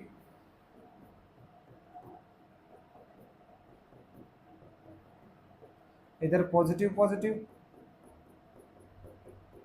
इस पॉजिटिव पॉजिटिव चार्ज को मैंने क्या कर दिया, अर्थिंग कर दी, और इस शीट को मैंने किस पे रखा था, एक इंसुलेटिंग स्टैंड पे रखा था। ये कैसा स्टैंड है? Insulating stand. नहीं तो ये इधर वाला चार्ज भी चला जाता। ठीक है, अब ये वाला स्टेप, ये क्या बन गया? अब ये एक सीट बनी और इस सीट के ऊपर क्या आ गया? एक नेगेटिव चार्ज आ गया। यानी ये चार्जिंग का जो मेथड है, चार्जिंग बाय इंडक्शन, उससे हमने एक सीट को चार्ज कर लिया। सिमिलरली एक दूसरी सीट को चार्ज कर लिया और वो सीट कैसी है? वो पॉजिटिवली चार्ज है। इसके ऊपर कैसा चार्ज है दोस्तों? अंदर की तरफ, ध्यान रखिएगा, इसके इधर लगाएंगे तो गड़बड़ हो जाएगी। तो इसलिए इसका रिप्रेजेंटेशन का तरीका क्या होता है? आपको एग्जाम में किस तरह से बना के आना है?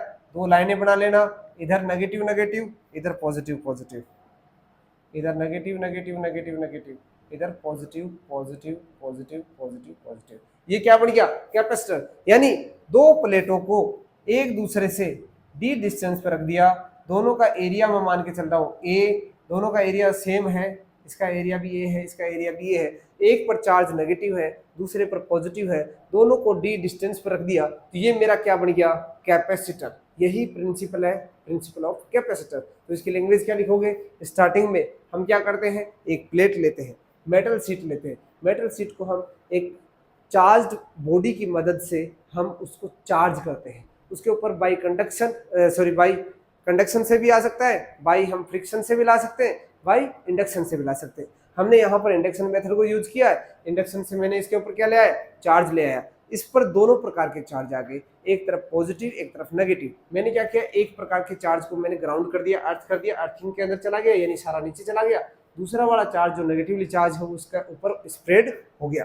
ये एक मेटल शीट है तो इसके ऊपर एक तरफ ही स्प्रेड होगा, ये आप विशेष कर ध्यान रखिएगा। ऐसे ही हमने एक दूसरी शीट ली, उसको मैंने अपोजिट चार्ज से अपोजिट चार्ज बॉडी लेके आया, यहाँ पॉजिटिव लेके आया, वहां नेगेटिव लेके आऊंगा, नेगेटिव लाकर यहाँ पर क्या आ जाएगा? Positive positive. नेगेटिव को क्या कर दूंगा? अर्थ कर दूंगा, अर्थिंग करने के बाद नेगेटिव नीचे चला जाएगा, उस पर पूरी पर पॉजिटिव पॉजिटिव मिल जाएगा। दोस्तों सीट को दिखाने का तरीका क्या होगा? क्योंकि सीट ऐसी होती है, एक एरिया होता है, एक आपने A4 साइज का पेपर मान लो, आप उस A4 साइज के पेपर को यहाँ दिखाने के लिए मुझे क्या करना पड़ेगा? ऐसे दिखाना पड़ेगा। बट यहाँ समस्या क्या आ रही है? नेगेटिव को तो मैं दिखा पा रहा हूँ, पर इस पॉजिटिव चार्ज को, इधर वाले चार्ज को मैं आपको नहीं दिखा पा रहा, तो इसके लिए मैंने यहाँ क्या एक सिंगल लाइन ड्रॉ कर दी। लाइन ड्रॉ किसको रिप्रेजेंट कर रही है? एक सीट को रिप्रेजेंट कर रही है। यह समझ गए होंगे आप? ठीक है, अब ये मेरे पास कैपेसिटर बन गया। इस कैपेसिटर की कैपेसिटेंस क्या होगी? तो देखिए, अब टॉपिक हमारा रहेगा capacitance of A parallel plate capacitor.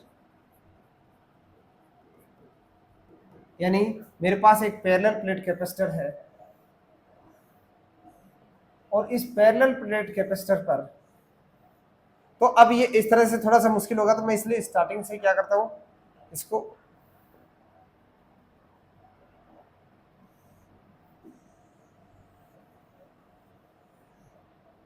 Single line ही ले लेता हूं। ठीक है, ये कैसी है?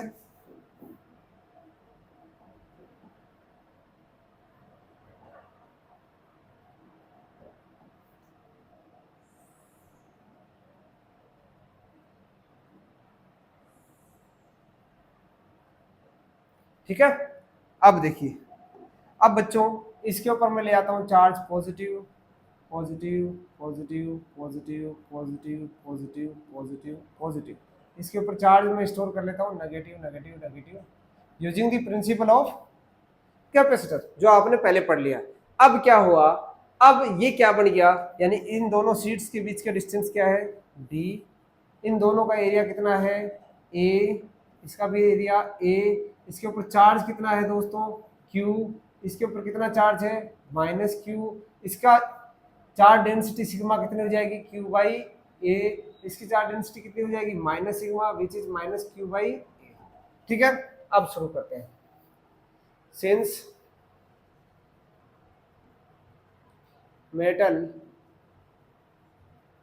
metal sheets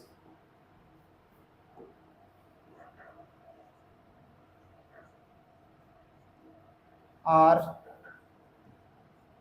positively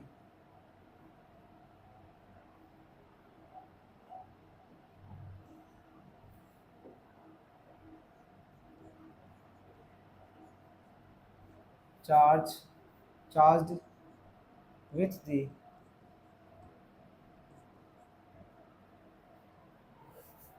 इसको सपोज कर लेते हैं ना, suppose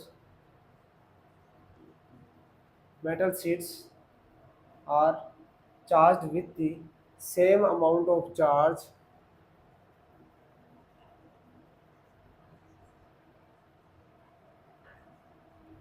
Q and with opposite sign.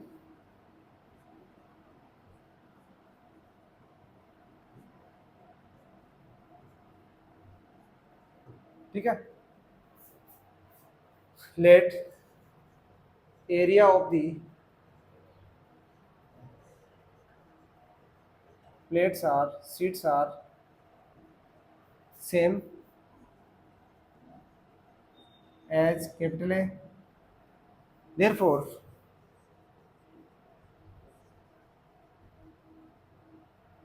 charge density, surface charge density, surface charge density sigma is equal to Q upon A. ठीक है, एंड दूसरे वाले का क्या हो जाएगा, सिग्मा माइनस सिग्मा हो जाएगा which is minus Q by, therefore charge densities are respectively. ठीक है, अब इन दिस सिचुएशन यदि दोनों के बीच में let separation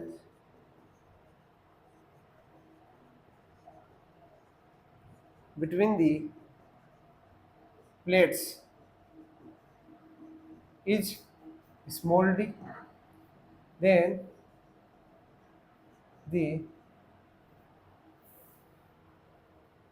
the potential difference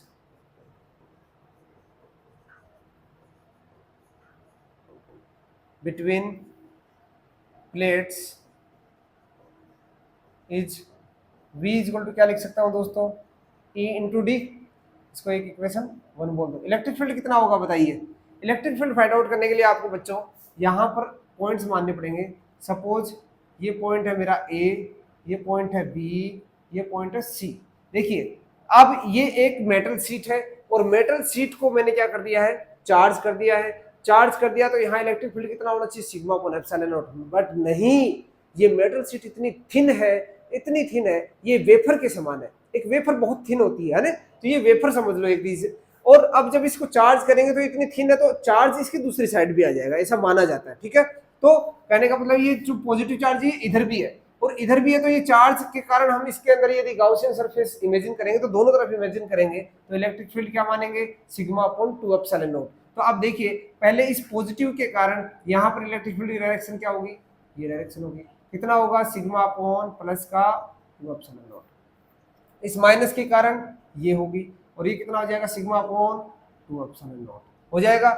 ऐसे ही पॉइंट बी पर बताइए, पॉइंट बी पर माइनस के कारण इलेक्ट्रिक फील्ड ये sigma upon 2 epsilon not, plus के कारण ये sigma upon 2 epsilon not. Total कितना हो जाएगा, sigma upon 2 epsilon not plus sigma upon 2 epsilon not. बच्चों क्या हो जाएगा, सिग्मा अपॉन एप्सिलॉन नॉट। यहाँ पर टोटल क्या हो जाएगा, E at point A 0, E at point B sigma upon epsilon naught. ऐसे एट पॉइंट सी प्लस के कारण इधर, माइनस के कारण इधर, sigma upon 2 epsilon naught, sigma upon 2 epsilon naught. E at C 0। तो हमें क्या पता चला, सिर्फ कैपेसिटर के अंदर इलेक्ट्रिक फील्ड होगा, वो भी कितना, सिग्मा अपॉन एप्सिलॉन नॉट, बाहर कोई भी इलेक्ट्रिक फील्ड नहीं होगा। तो प्यारे दोस्तों यहां से मुझे पोटेंशियल डिफरेंस कितना मिल जाएगा, sigma upon epsilon not into D. ये ले लो समीकरण 2। अब मुझे क्या करना है, मुझे फाइंड आउट करना है कैपेसिटेंस। कैपेसिटेंस का फॉर्मूला क्या होता है बच्चों, capacitance C is equal to Q upon V होता है। Q अपॉन V कितना आया हमारे पास, V इज इक्वल टू आया दोस्तों from equation 2 sigma D upon epsilon naught, sigma D upon epsilon naught. ये एप्सिलॉन नॉट ऊपर चला गया, Q epsilon naught upon sigma क्या होता है, Q अपॉन A यहाँ वाली शीट के लिए, और नीचे बच गया D। Q से Q कट गया, A भी ऊपर चला गया, तो इसको मैं ऐसे लिख सकता हूँ epsilon naught A upon D। ये रहा हमारे कैपेसिटेंस का फॉर्मूला।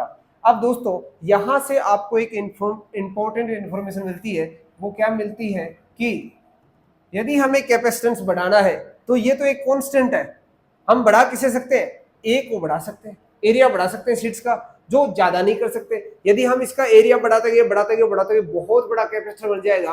बताइए आज के जमाने में हम चाहते हैं कि बहुत बड़ा कंप्यूटर एक छोटा सा बन जाए। पहले के जमाने में जो वैक्यूम ट्यूब से जो कंप्यूटर बना था वो एक कमरे की तरह बड़ा था, पर धीरे धीरे जब ट्रांजिस्टर आया, सिलिकॉन चिप आई, जर्मेनियम चिप आई, इनकी मदद से जब ट्रांजिस्टर आया तो ट्रांजिस्टर की साइज इतनी, अपने जो मोबाइल के सिम होती है कितनी छोटी सी होती है, उसके अंदर छोटी सी सिम होती है, अब वो सारा का सारा चिप पे चलता है ना। अब वो वेफर होती है, बहुत थिन वेफर होती है, माइक्रोमीटर की होती है, उसके ऊपर सारा का सारा सिस्टम होता है। तो कहने का मतलब है उस पूरे वैक्यूम ट्यूब को हमने साइज को क्या करते आए, रिड्यूस करते आए। आज हम मोबाइल, एक छोटा सा मोबाइल कंप्यूटर से भी ज्यादा काम करता है, ये समझ लीजिएगा। तो कहने का मतलब हम साइज को रिड्यूस करना चाहते हैं, जबकि ये क्या कहता है साइज को बढ़ाइए, तो साइज ज्यादा भी नहीं कर सकते क्योंकि ये फिर कंफर्टेबल नहीं रहेगा, तो इसलिए एरिया ज्यादा नहीं कर सकते। दोनों के बीच के डिस्टेंस को कम करो, कहता है दोनों प्लेट्स को पास पास ले आओ, पास पास ले आओ, ये पॉजिटिव चार्ज ये नेगेटिव चार्ज, दोनों को पास पास ले आओगे, दोनों एक दूसरे को क्या कर देंगे, चिपका लेंगे। बताओ कैपेसिटर का रोल ही खत्म, सारा चार्ज ही खत्म, चार्ज स्टोर कहां से करेगा, चार्ज ही खत्म, स्टोर कर ही नहीं सकता। तो इनके बीच की डिस्टेंस भी ज्यादा कम नहीं कर सकते। मीन्स हम यहाँ क्या लिखेंगे, the value of capacitance, the value of capacitance can be enhanced by increasing the value of area of the plate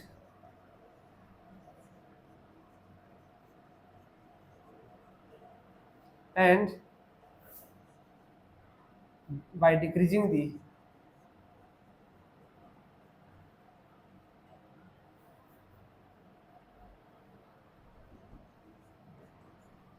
separation between the plates।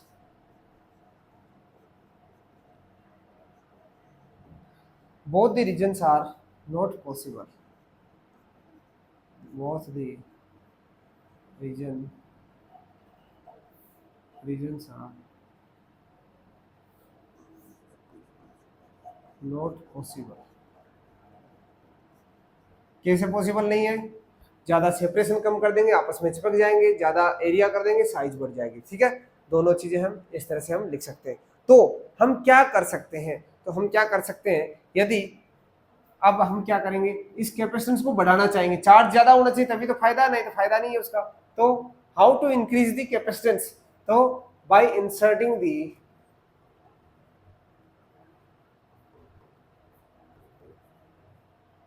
dielectric material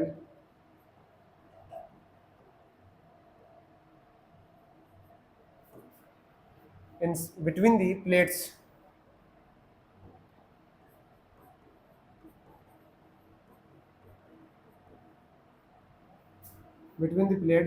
the capacitance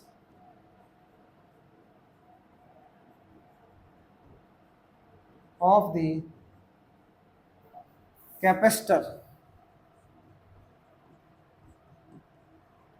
can be enhanced, यानी C की value बढ़ाई जा सकती है। कैसे, यदि प्लेटों के बीच में हम क्या रख दें, डाइलेक्ट्रिक मटेरियल रख दें।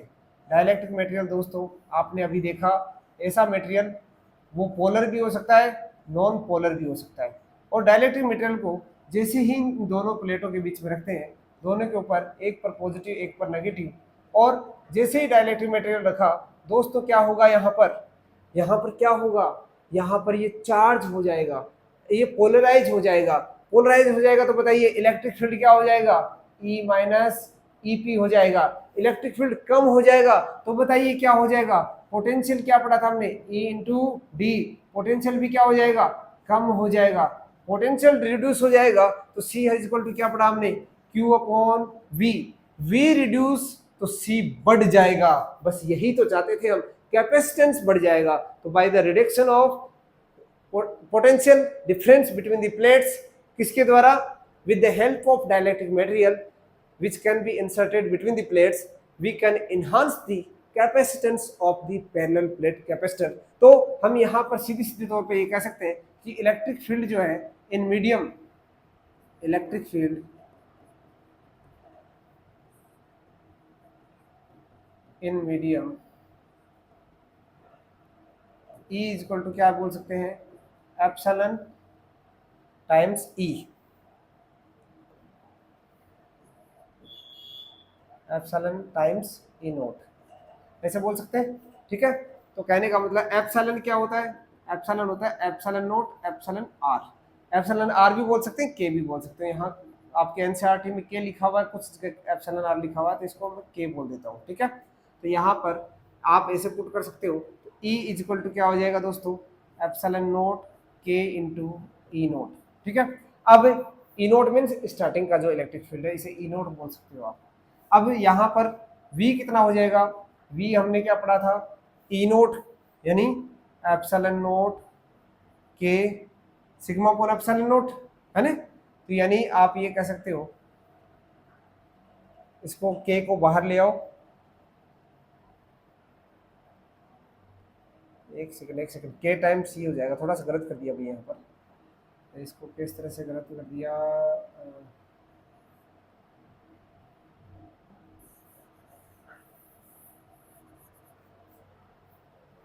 आप ये समझ लीजिए इलेक्ट्रिक फील्ड रखने पर देखो C इज इक्वल टू हमने क्या पढ़ा, C is equal to Q upon V, और V जो है K टाइम्स रिड्यूस हो जाता है, तो ये हम कह सकते हैं C is equal to Q upon V upon K, V upon क्या आ जाएगा K ऊपर चला जाएगा तो C के कैसे लिख देंगे K Q अपॉन V, और ये जो वैल्यू हमारे पास आई थी वो कितनी आई थी, epsilon note A upon D, epsilon note A upon D। इसको और भी आसान यदि बनाना चाहें तो हम कैसे लिखेंगे, देखो सीधा सीधा लिख लो आप, सीधा सीधा कैसे लिखोगे, C इज इक्वल टू क्या पढ़ते हैं हम, epsilon note A upon D। अब यहाँ ये तो है वैक्यूम की परमिटिविटी, और ये परमिटिविटी ऑफ द वैक्यूम,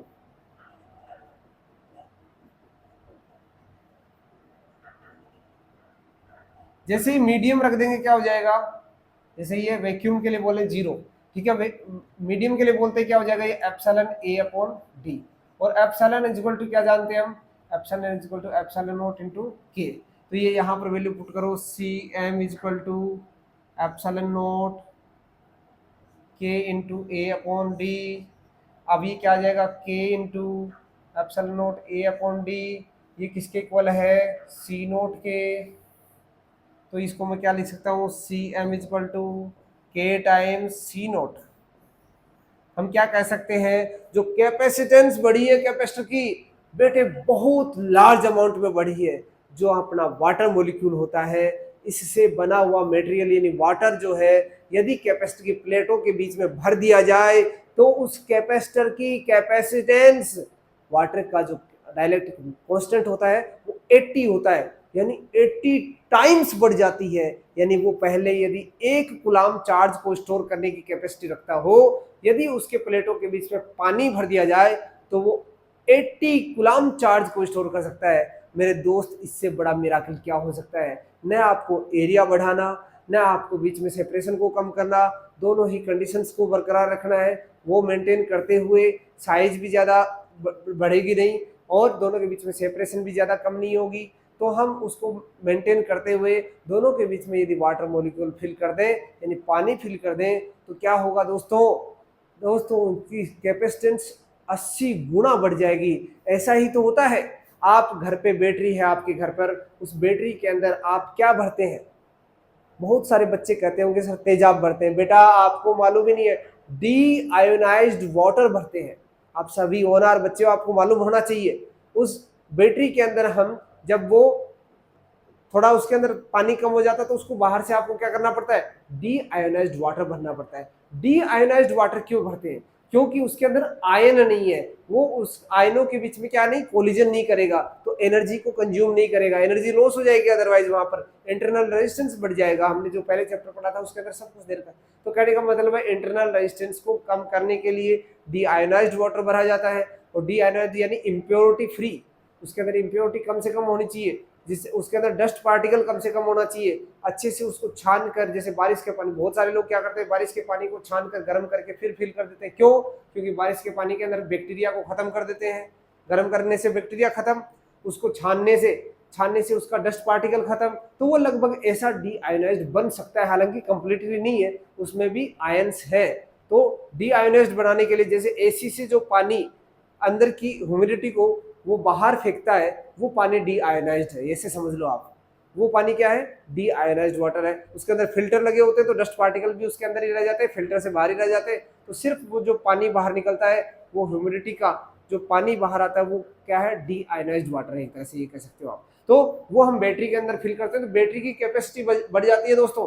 घर पे जो बैटरी रखते हैं उसकी कैपेसिटी बढ़ जाएगी। तो एक पंखा चलाने की यदि कैपेसिटी है, तो अब वो 80 पंखे चला सकता है। आप समझ लीजिए कितना बड़ा चमत्कार है, इतना चार्ज वो अपने अंदर स्टोर कर सकता है। तो ये करामात है डाइलेक्ट्रिक मटेरियल की। डाइलेक्ट्रिक मटेरियल हमने पढ़ा, polar material, non polar material. Polar molecule को जो होते हैं उनका डाइलेक्ट्रिक कांस्टेंट होता है, नॉन पोलर का डाइलेक्ट्रिक कांस्टेंट नहीं होता है। पर पोलर मॉलिक्यूल से बने मटेरियल का डाइपोल मोमेंट नहीं होता है, जीरो होता है, क्योंकि एक दूसरे को कैंसिल कर देते हैं। ऐसे ही हमारे पास नॉन पोलर मॉलिक्यूल से जो बना मटेरियल है, उसका भी विदाउट इलेक्ट्रिक फील्ड, उसका भी नेट डाइपोल मोमेंट जीरो होता है। वैसे भी जीरो होता है, वैसे भी जीरो होता है। अब यदि उस डाइलेक्ट्रिक मटेरियल को, जो नॉन पोलर हो या पोलर, दोनों को ही इलेक्ट्रिक फील्ड में रखने पर दोनों ही अलाइन हो जाते हैं, दोनों ही पोलराइज हो जाते हैं, दोनों में नेट डाइपोल मोमेंट आ जाता है। अब वो अपने अंदर से चार्ज को फ्लो कर सकते हैं। आइए दोस्तों, हमने इसको यूज किया कैपेसिटर के अंदर। हमने क्या किया? कैपेसिटर के अंदर डाइलेक्ट्रिक मटेरियल फिल कर दिया। कौन सा? नॉन पोलर वाला, जैसे पानी, सॉरी पोलर वाला, H2O, H+OH-, उसको मैंने फिल किया। तो इसकी कैपेसिटी को मैंने 80 टाइम्स इनहांस कर दिया। ये तो बहुत बड़ा चमत्कार हो गया। हमारे डाइलेक्ट्रिक मटेरियल, जिसको हम इंसुलेटर बोल रहे थे, वो हमारे लिए कितना काम का आ गया बताइए। बहुत तगड़ा यूटिलाइजेशन है। पर दूसरी तरफ हम देखें, वो डाइलेक्ट्रिक मटेरियल हमारे लिए मौत का कारण भी बन सकता है। जब बादलों के ऊपर बहुत ज्यादा अमाउंट में चार्ज है, 10 की बात 6 वोल्ट है, 10 लाख वोल्ट यदि पोटेंशियल डिफरेंस क्रिएट हो रहा है, तब यदि अर्थ के ऊपर वो चार्ज आना चाहता है, तो अपने बीच का जो एयर है उसको आयनाइज कर देता है, उसको पोलराइज कर देता है, और अपने थ्रू एक इलेक्ट्रिकल चैनल बना लेता है। करंट दौड़ने लगती है, हाई करंट दौड़ने लगती है, बीच में चपेट में हम आगे, तो हमको वो उड़ा ले जाती है, आसमान की तरफ ले जाती है, ऊपर वाले को प्यारा कर देती है। तो दोस्तों, ये हमने डाइलेक्ट्रिक मटेरियल के बारे में पढ़ा। अब कैपेसिटर की जो कैपेसिटेंस है, वो भी हमने किस तरह से एनहांस की, वो भी देखा। अब नेक्स्ट जो टॉपिक हमारा बचा हुआ है, यानी ये जो कैपेसिटर है, कैपेसिटर में कितनी एनर्जी स्टोर होती है, एक टॉपिक तो ये बचा हुआ है। थोड़ा सा है, आपके डेरिवेशन इसमें हटा दिया गया, सिर्फ फॉर्मूला बेस्ड है, यानी कोई न्यूमेरिकल इसमें हम कर लेंगे। साथ ही साथ कॉम्बिनेशन ऑफ कैपेसिटर्स और पढ़ेंगे। उसके बाद ये चैप्टर लगभग कंप्लीट हो जाएगा। उसके बाद हम इसके न्यूमेरिकल्स करेंगे। तो नेक्स्ट सेशन में ये सब देखने वाले हैं। तब तक के लिए जय हिंद, शुक्रिया, आप सभी आए। आपसे मेरा एक हम्बल रिक्वेस्ट है, बच्चों, आप अपने साथियों को इस तरह की वीडियो भेजिए, जिससे मेरा मोटिवेशन बरकरार रहे और उन बच्चों को भी ज़्यादा से ज़्यादा फायदा हो चुके। दोस्तों, फ्री ऑफ कॉस्ट मेरी जितनी एनर्जी है, मेरी जितनी क्षमता है, मैं आपको पूरा का पूरा सिलेबस कराने वाला हूँ। बस जो देर है किस बात की, देर इस बात की कि आप जितने ज़्यादा लोगों को शेयर करोगे, मेरा मोटिवेशन बरकरार रहेगा। रेगुलरली वीडियो आपके पास आते रहेंगे। तब तक के लिए जय हिंद, शुक्रिया।